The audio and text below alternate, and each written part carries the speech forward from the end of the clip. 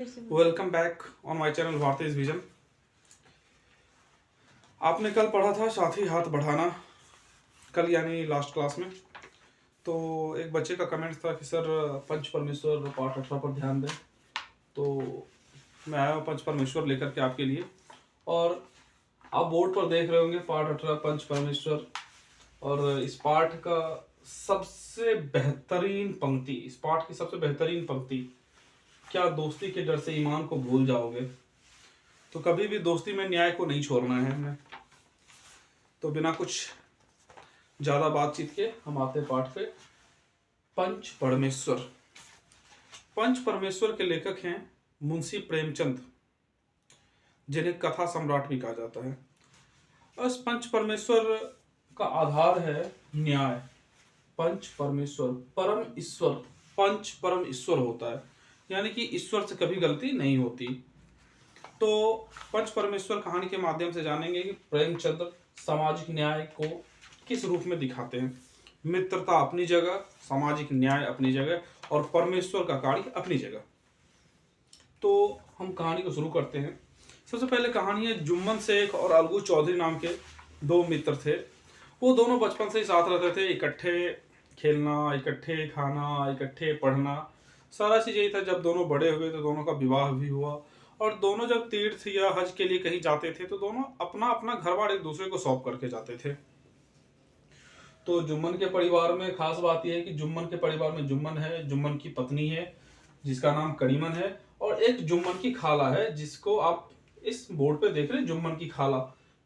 किसे ये पंक्ति कही थी जुम्मन की खाला ने, इसे हम आगे पढ़ेंगे कहानी में। बात यह है कि जुम्मन की खाला के पास कुछ जमीन इस खाला के नाम पे था। तो जुम्मन ने क्या किया कि खाला से बोला कि खाला ये जमीन मेरे नाम पे कर दो। तो खाला सोच रही थी करूं ना करूं, क्योंकि अपनी संपत्ति है भाई, किसी के नाम ऐसे कैसे कर सकते हैं। जब तक ये जमीन जुम्मन को नहीं मिली थी तो जुम्मन ने खाला का बहुत आवभगत किया, बहुत देख रेख करी। लेकिन जैसे ही एक बार खाला ने ये जमीन जुम्मन के नाम पर कर दी, फिर तो हो गई जयराम जी की। खाला को अब रोटियां के साथ गालियां पड़ने लगी, व्यवहार बदल गया, क्योंकि मतलब तो निकल गया ना हम इसका। तो बात यही थी, खाला का जुम्मन का मतलब खाला से निकल गया, और जुम्मन की बीवी करीमन रोटियां के साथ गालियां भी परोसने लग गई। तो मौसी कह रही है, जुम्मन ऐसी बात है कि तुम जरा ये देख लो कि तुम्हारी बीवी सही से रहती है या नहीं रहती है। अगर मुझे सही से नहीं रख सकते हो तो हमें महीने के लिए कुछ पैसे दे दिया करो, हम अपना खर्च अपने से चला लेंगे, हम अपना घर स्वयं चला लेंगे, जिसमें कि तुम्हें मैं परेशान नहीं करूंगी। तो इस पर भी ये तैयार नहीं होता। तो खाला गुस्से में बोलती कि मैं पंच बिठाऊंगी, मैं पंचायत बिठाऊंगी। तो जुम्मन कहता हाँ हाँ बिठा लो पंचायत। जुम्मन के मन में था कि इस बूढ़ी का बात कौन ही सुनेगा। मौसी पंचायत के लिए लोगों को इकट्ठा करना शुरू कर देती है। वो अलगू चौधरी के पास भी जाती है, जो कि जुम्मन का बहुत ही प्यारा मित्र और बहुत ही जिगरी यार जिसको बोलते हैं। और वो मौसी बोलती है, खाला अलगू कल पंचायत में तुम भी आना। तो अलगू बोलता है, मुझे क्यों घसीटती हो बीच में, तुम तो जानती हो जुम्मन मेरा ही दोस्त है। तो खाला बोलती है ये पंक्ति, ये आइकॉनिक पंक्ति मुंशी प्रेमचंद के द्वारा लिखा गया, क्या दोस्ती के डर से ईमान को भूल जाओगे। हम कहते हैं ना, honesty is the best policy. तो वहां ईमानदारी की बात है। यही ईमान, ये है ईमान कि जो सत्य है। दोस्ती कभी सत्य से बड़ा नहीं हो सकता है, हमेशा दोस्त का साथ देना, लेकिन सच का साथ देते हुए। यह सुनकर वो जुम्मन का दोस्त अलगू सचेत हो जाता है। वो बोलता है कि मैं जरूर से जरूर आऊंगा इस पंचायत में। जब सारे लोग पंचायत लगती है तो जुम्मन बोलता है कि खाला ही तय कर लेगी पंच कौन बनेगा तो सही रहेगा। तो खाला ने अलगू चौधरी का नाम ले लिया। अलगू चौधरी तो सन्न रह गया। अब करे तो करे क्या। जुम्मन की खुशी का ठिकाना ना रखा। ओह मेरा दोस्त पंचायत में सरपंच बन गया, अब क्या, अब तो हम ही जीतेंगे, ये मुकदमा तो हमारे पक्ष में ही आएगा। लेकिन अलगू असमंजस में पड़ गया। लेकिन सरपंच की जगह पर बैठकर उसे मन ही मन सोचा, पंच के मुख में ईश्वर बसता है, मुझे न्याय के समय दोस्ती को भुला देना चाहिए। ये पंक्ति बार बार अलगू को चोट कर रही है। तुम न्याय के लिए दोस्ती को भूल जाओ। तो अलगू ने भी सोचा मुझे न्याय के समय दोस्ती को भुला देना चाहिए। फिर उसने मौसी की बात को गौर से सुना। गांव वाले फैसला सुनने के लिए तत्पर थे। अलगू ने अपना फैसला सुनाया कि जुम्मन से कि यही उचित है कि तुम माहवारी खर्च मौसी का देते रहो, अगर खर्च मंजूर नहीं है तो जमीन का सारा कागज वापस करो। तो कुछ ही समय के बाद तो जुम्मन को लगा कि अलगू ने उसके साथ सही नहीं किया, लेकिन क्या ही करे, पंचायत था, मानना पड़ा उसे बात। अब अलगू से नफरत करने लगा। अब अलगू को खेत जोतने के लिए बैलों की जरूरत थी। उसने बटेसर नाम के एक व्यक्ति से बैलों की एक जोड़ी खरीद ली। कोई आदमी बेच रहा था, उसने बटेसर नाम का आदमी बेच रहा था, इसने खरीद लिया। बैल बहुत ही सुंदर और हिष्ट पुष्ट थे। जुम्मन अलगू की इन बैलों से भी ईर्ष्या करने लगा। नहीं कहते हैं अगर जिससे दुश्मनी हो जाए उसके हर एक चीज से दुश्मनी होता है। अगर तुम लोग क्लास में अगर किसी से लड़ जाओगे, अच्छा उससे मेरी लड़ाई है, उसका लंच गिरा देना, उसका बॉटल गिरा देना, उसके बैग गिरा देना, उसके पेन गायब कर देना है, उसका कॉपी फाड़ देना है। मतलब एक तरह से होता है कि अगर जिससे ईर्ष्या उसके सामान से भी ईर्ष्या हो रही है। तो जुम्मन इन बैलों में भी ईर्ष्या का भाव देखने लग गया। एक दिन मौका पाकर के जुम्मन क्या करता है, बैलों को जहर दे देता है। एक बैल को वो सोच रहा कि बैल तो हमेशा जोड़ी में काम करने वाला जानवर है, एक को अगर जहर दे दिया गया तो दूसरा क्या ही कर लेगा।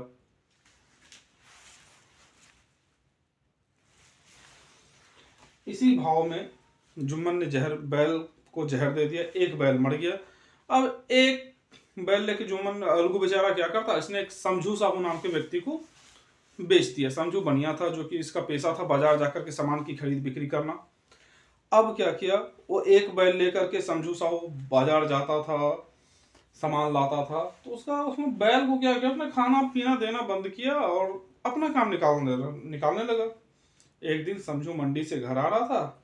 गाड़ी में ढेर सारा नमक और घी के पीपे, पीपे बोले तो कनस्तर, जिसमें बहुत सारा घी रखते हैं। बोझ इतना ज्यादा था कि बैल का गाड़ी खींचना मुश्किल हो गया। गांव और मंडी के बीच रास्ते पर पहुंचकर बैल बिल्कुल पस्त पड़ गया और उसने वहीं प्राण त्याग दिए। समझू वहीं रुका। जैसे वहां रुका, रात में कोई चोर आया, उसका सामान भी चुरा लिया और उसका बटुआ भी मार गया। पैसा है नहीं उसके पास। अब अलगू गया था उससे पैसा मांग, क्योंकि समझू साहू ने उधार बैल लिया था कि भाई 1 महीने में दे दूंगा। अब अलगू गया पैसा लेने के लिए। अब समझू कह रहा बैल मर गया, बैल खत्म, पैसा हजम। ना बैल बचा ना पैसा।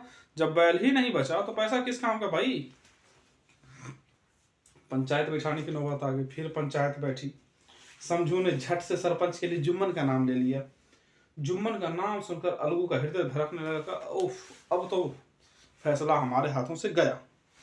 अब उसे जीतने की तनिक भी आशा न थी। जुम्मन के मन में सरपंच का स्थान ग्रहण करते ही जिम्मेदारी का भाव आ गया। उसने निश्चय किया कि वह सही न्याय देगा। बहुत देर तक पंच सलाह मशवरा किया। अंत में जुम्मन ने अपना फैसला सुनाया। समझू, तुम्हें बैल की पूरी कीमत चुकानी चाहिए। जिस समय तुम्हें अलगू ने बैल दिया था वह बीमार नहीं था, उसकी मृत्यु तुम्हारी लापरवाही से हुई है। अगर तुम अलगू को पैसा पहले ही दे चुके होते, क्या तुम्हें तुम्हारा पैसा वापस मिल जाता। अलगू फैसला सुनकर फूला न समाया।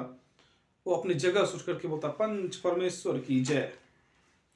गांव के सभी लोग जुम्मन की प्रशंसा करने लगे और बोलने लगे, पंच के मुंह में परमेश्वर वास करता है, इसे कहते हैं न्याय। जुम्मन अलगू के पास आया। दोनों आपस में गले लिपटकर रोने लगे। जुम्मन ने अलगू को बताया, जब से तुमने मेरी पंचायत की तब से मैं तुम्हारा दुश्मन बन गया, लेकिन आज मालूम हुआ कि पंच की गद्दी पर बैठकर ना किसी का कोई दोस्त होता है ना कोई दुश्मन। आज मुझे पता चल गया कि पंच की जुबान में ईश्वर का वास होता है। अलगू उसकी बातें सुनकर रोने लगा। इस पानी से दोनों के दिलों का मैल साफ हो गया और दुश्मनी दोस्ती में बदल गई। तो इस प्रकार ये कहानी समाप्त होती है। जब कहानी समाप्त हो जाती है तो हम क्या करते हैं, कहानी के बाद इसके प्रश्नोत्तरी पे आते हैं। प्रश्न 1 है, जुम्मन और अलगू में मित्रता थी, इस बात का कैसे पता चलता है। तो अगर लिखने की आवश्यकता है तो ठीक है, मैं लिख दूंगा, कमेंट्स में डाल देंगे, लेकिन मैं आंसर के लिए छोटा छोटा मैं बता देता हूँ, जैसे आप अपने से भाषाबद्ध कर सकते हैं। प्रश्न 1 है, जुम्मन और अलगू में मित्रता थी, इस बात का कैसे पता चलता है। दोनों क्या करते थे,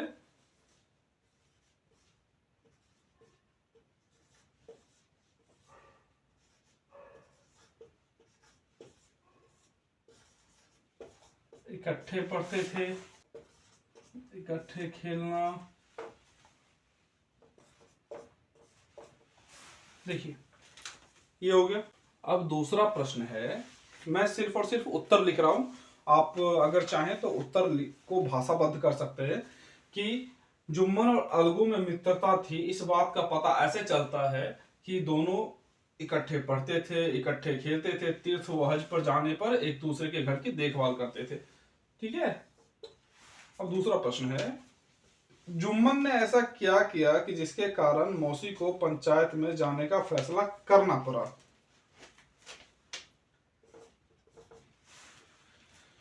ये देख सकते हैं, जुम्मन जमीन अपने नाम पर कराने के बाद मौसी का सही देखभाल नहीं करता था, वह माहवारी खर्च से भी मना कर दिया। तीसरा है, अलगू चौधरी अपना नाम सुनकर असमंजस में क्यों पड़ गया। इसका तो साधारण सा उत्तर है, अलगू चौधरी अपना नाम सुनकर असमंजस में। आते हैं अगले प्रश्न पे। प्रश्न 4 में है, ये सबसे कि इसका है, किसने कहा किससे कहा। प्रश्न का थीम है, यानी ये जो कह रहा है,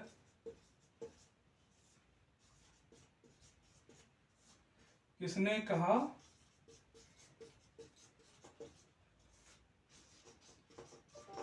किससे कहा। पहला प्रश्न है, बेटा मुझे महीने में कुछ रुपया दे दिया करो। ये किसने कहा होगा, तो ये खाला ने कहा। तो किससे कहा था, जुम्मन से। दूसरा प्रश्न है, क्या दोस्ती के डर से ईमान को भूल जाओगे। ये किसने कहा था, ये भी सेम कहा था, खाला ने कहा था, लेकिन इस बार किससे कहा था, अलगू से कहा था। मौसी जिसे चाहो चुन सकती है, मौसी जिसे चाहे चुन सकती है, कोई मुझे कोई एतराज नहीं। ये किसने कहा था, ये जुम्मन मियां ने कहा था। किससे कहा था, पंचों से कहा था। और प्रश्न 5 ये कह रहा है, सही और गलत। मैं सिर्फ निशान लगाऊंगा, जिसमें कि मैं प्रश्न पढ़ता जाऊंगा और निशान लगाता जाऊंगा। ये है प्रश्न को, धर्म का भेदभाव नहीं करना चाहिए, बिल्कुल सही बात। ख में है, मित्रता में विश्वास जरूरी है, बिल्कुल होना चाहिए।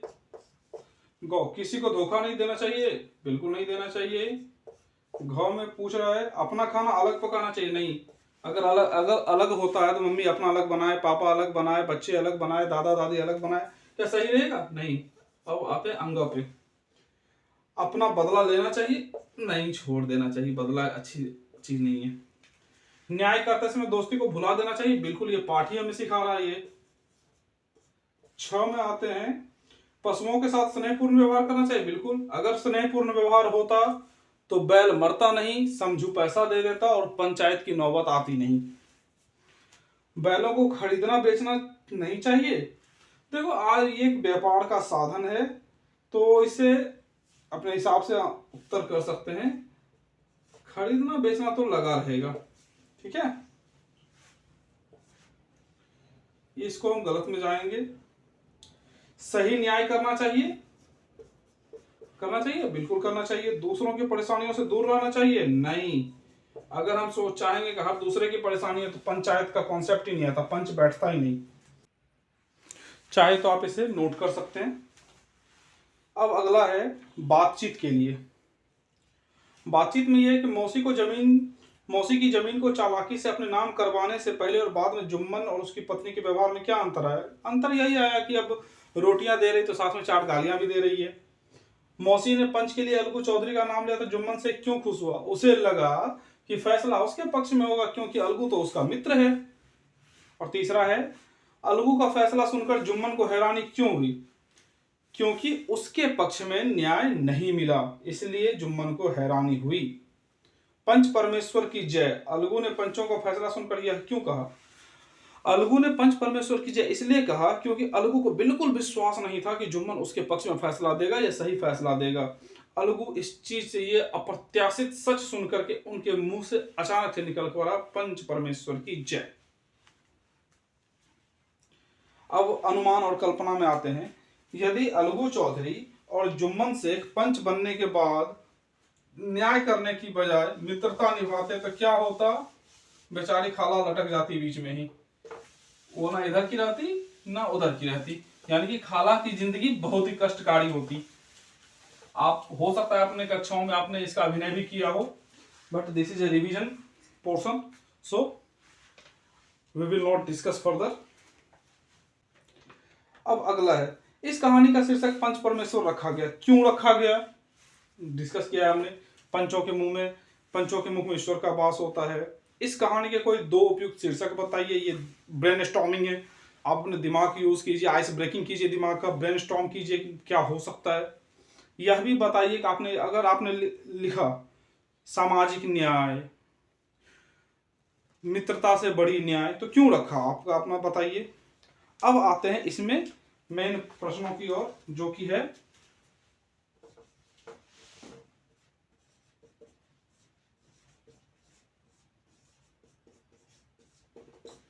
भाषा की बात।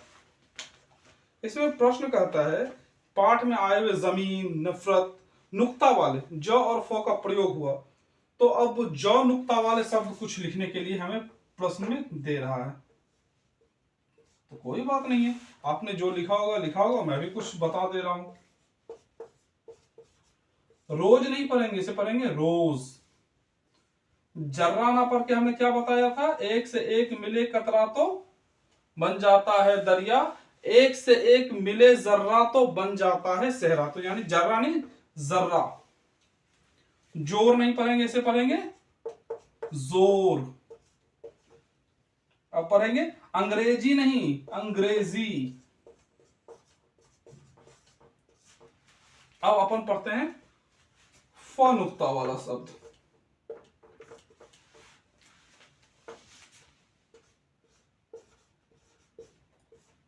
तरफ,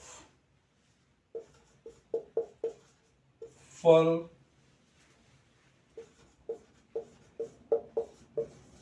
सफेद, स्टाफ। चलिए इसे लिख सकते हैं आप। तो बच्चों आते हैं अगले प्रश्न पे,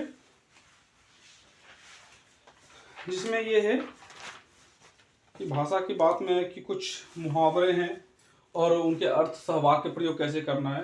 तो पहला है ताक में रहना, उसका अर्थ है मौका ढूंढना। जैसे पुलिस हमेशा अपराधी को पकड़ने की ताक में रहती है।